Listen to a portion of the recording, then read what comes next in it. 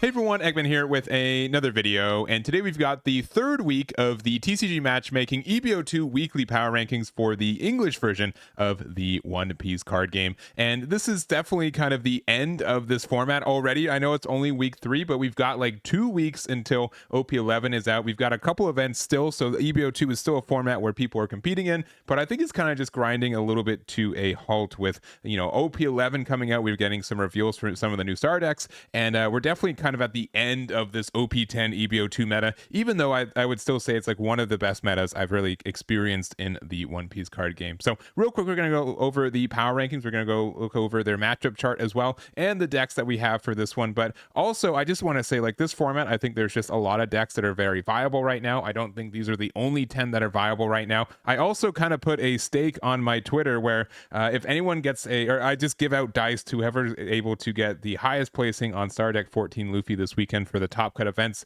online Treasure Cup 2. So I think there are just some great decks that are still able to be explored, and it's kind of a little bit of a shame that this format, especially like the EB02 half of it, is just so small. So we're going to go over it, we're going to check it out, and if you guys want any of the data for this, you can find it on my website, Eggman Events, link to the description, and make sure to hit that like and subscribe while you're down there. So going over the power rankings, we've got the EB02 green purple Luffy in first place. We've got Teach and Shanks, which honestly I'm a little bit surprised that these are still in the spot that they're at.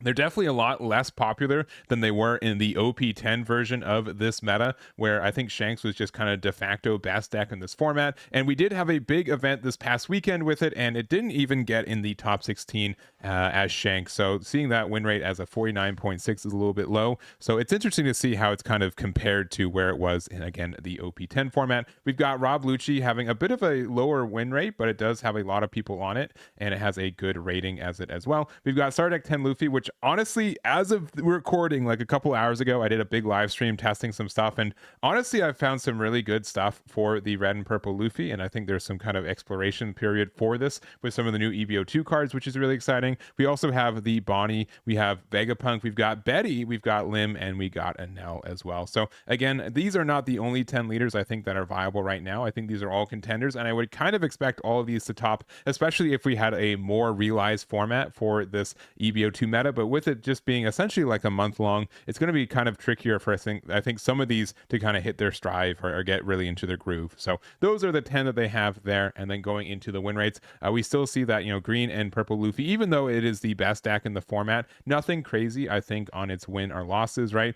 We do have just a positive matchup into a lot of things. We don't really have any matchup that I think is unwinnable, right? We have like Rob Lucci, we have Bonnie, we have Betty. All these are like not in our favor, but only by like 7 or 8%, right? These aren't decks that they can win for sure, and you don't like seeing them in bracket, but you're also not worried that it's an impossible matchup, which is really strong. So compared to something like Shanks, which we do have like a lot of evening matchups, but Teach and red purple Luffy are just really negative for them, so that hurts them a lot. Even though I think Teach is like a little bit less popular right now, it is still I think in a good spot. We've got Rob Lucci, who has like an abysmal, it's 17.2% win rate against Teach, but luckily I don't think there's that many people on Teach right now.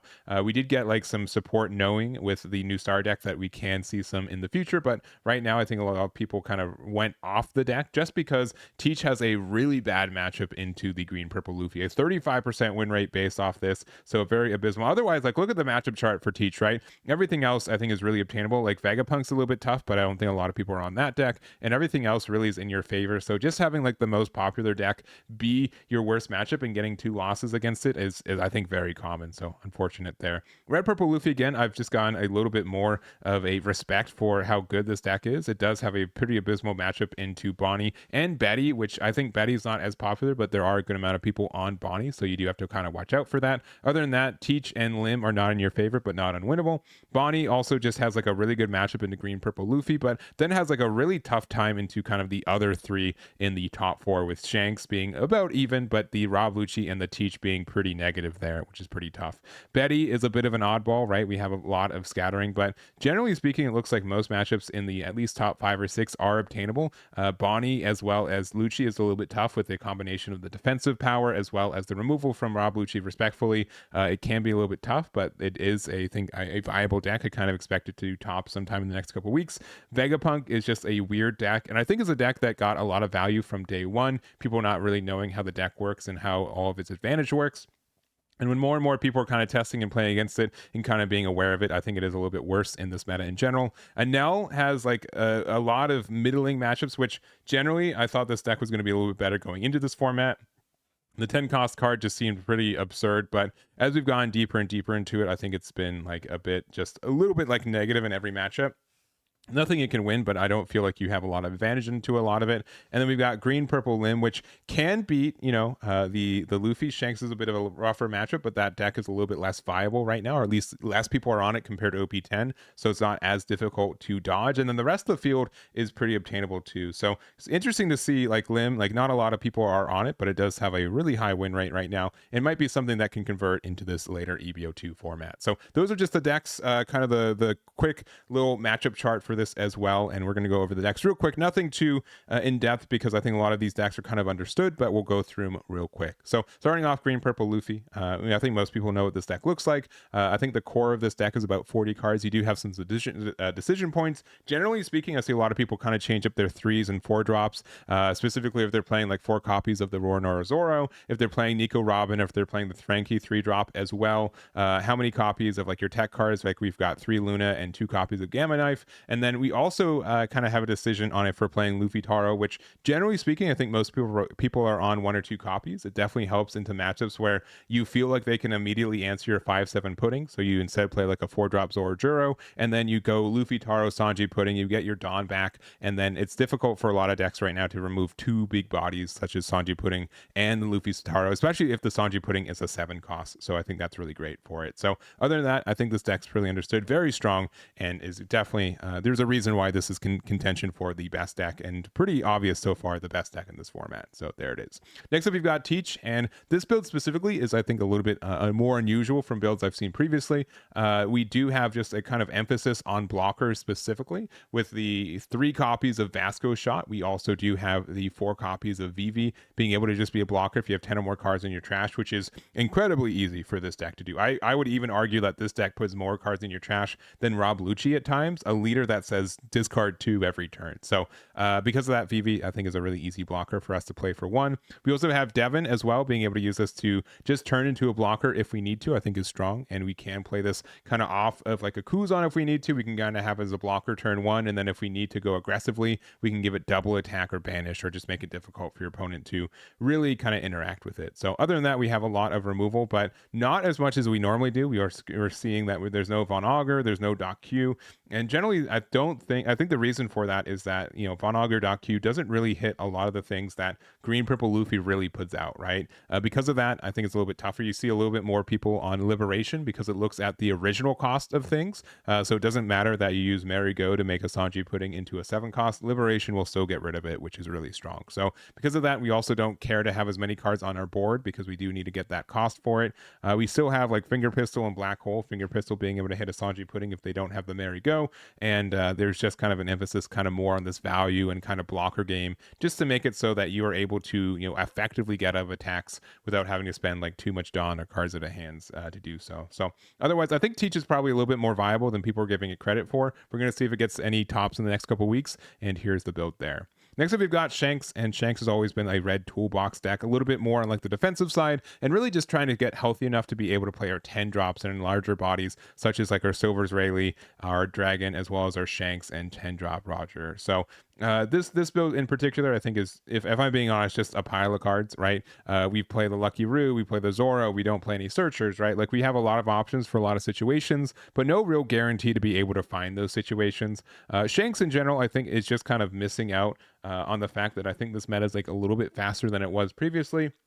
A little bit harder for it to be able to find time to play Shanks generally, and you really want to kind of focus on your removal. But I also think the fact that a lot of decks can just really easily attack 6Ks or 7Ks just means that Shanks is in a bad spot compared to where it was in the OP10 format as well. So generally speaking, I think there's just so many different Shanks decks that can exist right now. It's very open-ended, and here's the build there for that one. Next up, we got Rob Lucci, and Rob Lucci, it's honestly like I'm a little bit upset because I do think like the Navy package could be really good in Rob Lucci as a leader, but the tried and true package, like there's no real reason to get away from it, right? There's so much removal. The fact that you can play something like either Kuzan, or you can play the Laboon, or even if you played Uta early, there's just so many ways for your leader to be able to get that reduction, to be able to get the removal on 5/7 of the Sanji Pudding, or even 7 cost of the Sanji Pudding too. So there's so much time for you to remove, get advantage, and then kind of get to the late game pretty successfully. This build in particular isn't running Kaido, which I think is a bit of a interesting choice. I think most people do play that as like a top end card to help us get some good removal and hand destruction against decks that really impacts. But Jack still gets the job done. I feel like Tempest Kick is still a great card, even though it's not a Navy card and we don't have the spandom for the Cypher Pool search, but it's still in a good spot. So not much more to say. I think like Rob Lucci, as long as like Rebecca's around, there's just so many good combos this deck can take advantage of. Even without Ice Age, even without Moria, I think this deck is still very good, and here is the build there. Next up, you got red and purple Luffy. So this is the build that they were able to get for the top of the ladder. I don't think I'm going to make a video separately for it, but I've been playing this build literally as of recording the day of, but this guest got a lot of success for it, so I did want to kind of show it off real quick. You can check out the VOD on my channel too if you want to see me do some more testing. About halfway through, I kind of convert to this kind of build for it, but just in general, I think that this deck has gotten a little bit better than I think people were expecting. A lot of people are doing more of like the ramp route, being able to, get that additional ways to get to your top end, right? Most people aren't on Charlotte Linlin just because I feel like it doesn't hit as many cards as it used to. We are playing like Sanji. We do have the 10 cost Monkey D. Luffy, which I think is just like a decision point on what your build is kind of leaning towards. Being able to play this card a little bit faster and get the advantage back on the kind of ramp back up, I think is really strong. There's a lot of decks that just really can't answer this card. The fact that Doflamingo isn't around and most blue decks aren't existing in this game right now means that there isn't like Red Rock running around to be able to get that, nasty value. So we are also playing the 1-drop Trafalgar Law, which is good. The 2-cost Sanji I found a lot of value in personally. This card can really just win you the game, and on the build that I've been using as well, where we are playing the 6-drop Secret Rare from EB02, the fact that you can just give this card unblockable attack twice is absurd, right? It's an absurd combo, right? It's very easy for, let's say you're at 10 Dawn with nothing on board, right? You you play this for 6, so you use the Sanji effect to give it plus 2k or the unblockable, and then you attack 7k, and then you get a Dawn back from Luffy to make it 8k unblockable. There's just a lot of decks that just can't handle that, especially if you've been pressuring them throughout the game. But obviously, like different secret rares, different kind of builds for it. But I think this deck was better than expected in my mind for this format. I'm going to be interested to see if it gets some tops in the next couple weeks as well. So there we go. Next up, we've got Bonnie, and I think most people are kind of on Bonnie for this format because it does have a good matchup into EB02. The fact that we have ways to just stop attacks, be really defensive. The fact that EB02 Luffy doesn't have a lot of removal cards for some of our great cards, such as the Cavendish, the Carrot, the Smoker. The fact that Hody Jones is just like a great endgame condition.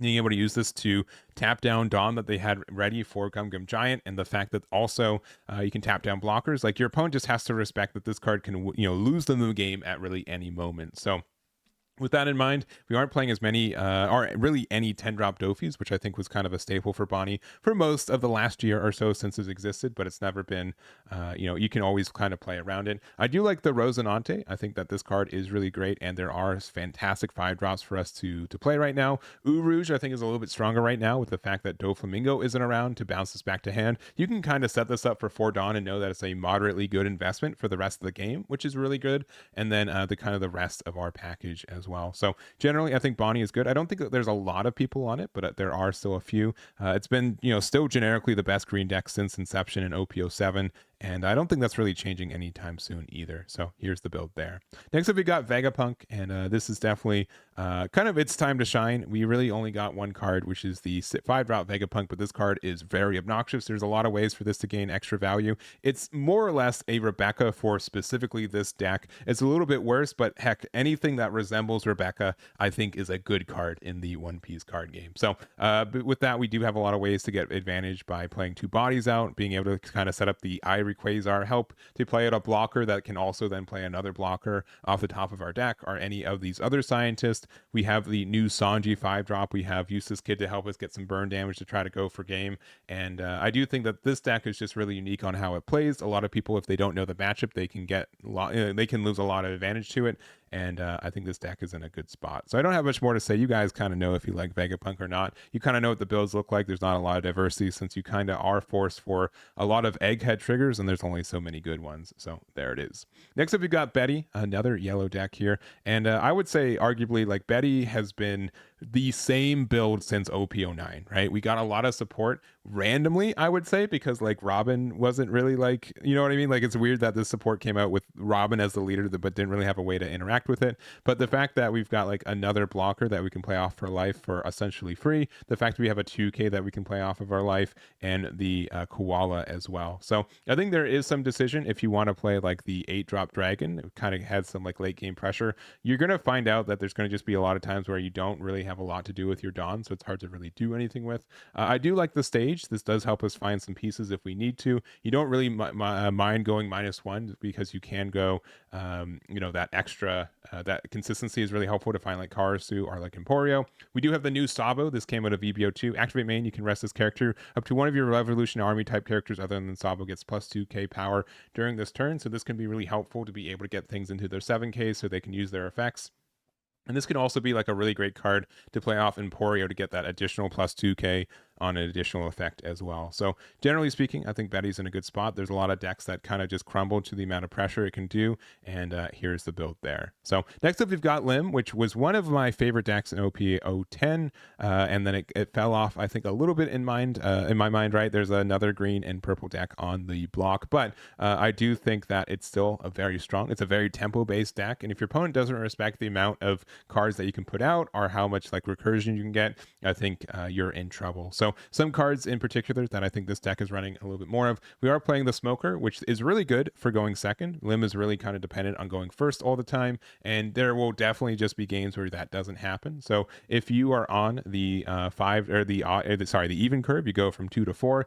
From there you go to 5 Dawn. You start the Dawn at the turn on 7. So what you can do is you can play Smoker for 5, use the effect to have 3 Dawn open, and then you can play out one of your other cards. So it's just a great card, just a way to get like extra Dawn every turn, and the fact that your opponent kind of has to respect this card as a 5-drop 7k is good, so I do like it for that curve there. We are also playing the Orochi kind of package, which means we are playing the Devil Fruit Smile. We've got the Top Knot for like some removal. It's not the best removal in the game, but it does kind of work at times. Also, the fact that the trigger effect does help is good. We have a copy of Gamma Knife, and that's kind of really it. So you kind of know how Lim works. I do think that it's still pretty solid in this format, and here is the deck here. And then lastly, we've got Anel, which I think myself and a lot of others were really hyped for going into EB02, and with more testing and kind of figuring out how the deck works, I think we're like still a little bit underwhelmed, right? I think this deck did pretty good in Japan in EB02, but they did have access to Kingdom Come at the time, which we just currently do not have access since it is a banned card. I do think the 10-drop Anel is a really great card, but sometimes getting to 10 Dawn is kind of an ask in its own way. So as strong as this card can be, and sometimes it can just win matchups by itself, I think there's just a lot of other matchups that it doesn't really exist for. So the fact that like green purple Luffy has this card, and the fact that this can attack twice from like an empty board is kind of like the bane of Anel, right? There are still times where if they have like one last life, it can be like a beige, it can be like the brulee, or it can even be like the 0 cost event to prevent them from going for game. But the chances of that are like less than 50% in my mind. So there's a lot of times where that situation happens and you just don't get the card that you're looking for. So I think that makes Anel a little bit tougher, right? I think the matchup chart says that it's not as bad as it could be, but definitely not in its favor for Anel, and that could be tough for it. So I do like the Braum, though. I do like the add of this card, being able to use it to help us get rid of the 1-cost stage and not only the green purple Luffy, but also get the full lead off the board if you're playing against Teach. The rest of our stuff, right, we get to take advantage of Sanji. We are playing like a little bit of more of like the Starve strategy, being able to use this card to give your opponent a card And I think like also why this can be really good is that if you're playing against green purple Luffy, you don't attack. Use Kuzan's effect to put something back into their life, and if they don't have Marigo, then you can get Datsu, their Sanji pudding, that is a 5 cost, and they have 5 life, which can be great. So I think all that makes kind of sense. I'm sure there's some other synergies with it, but I tested a good amount of this deck this week. I think it's good, but it definitely feels like it's still missing a little bit something, and it's probably just missing Kingdom Come. So not much more to say, but here's a Nell, and that is going to be this breakdown. So hope you guys enjoyed it. I hope you guys are enjoying the EB02 format. We're almost done with it, which again is a bit bittersweet, but I have some interest into OP11. We also do get our new star decks, which we're still getting reveals for, which is exciting, and I'm looking forward to seeing what the future has as well. So that's going to be it for me. Thank you guys so much for watching, and we'll catch you all next time.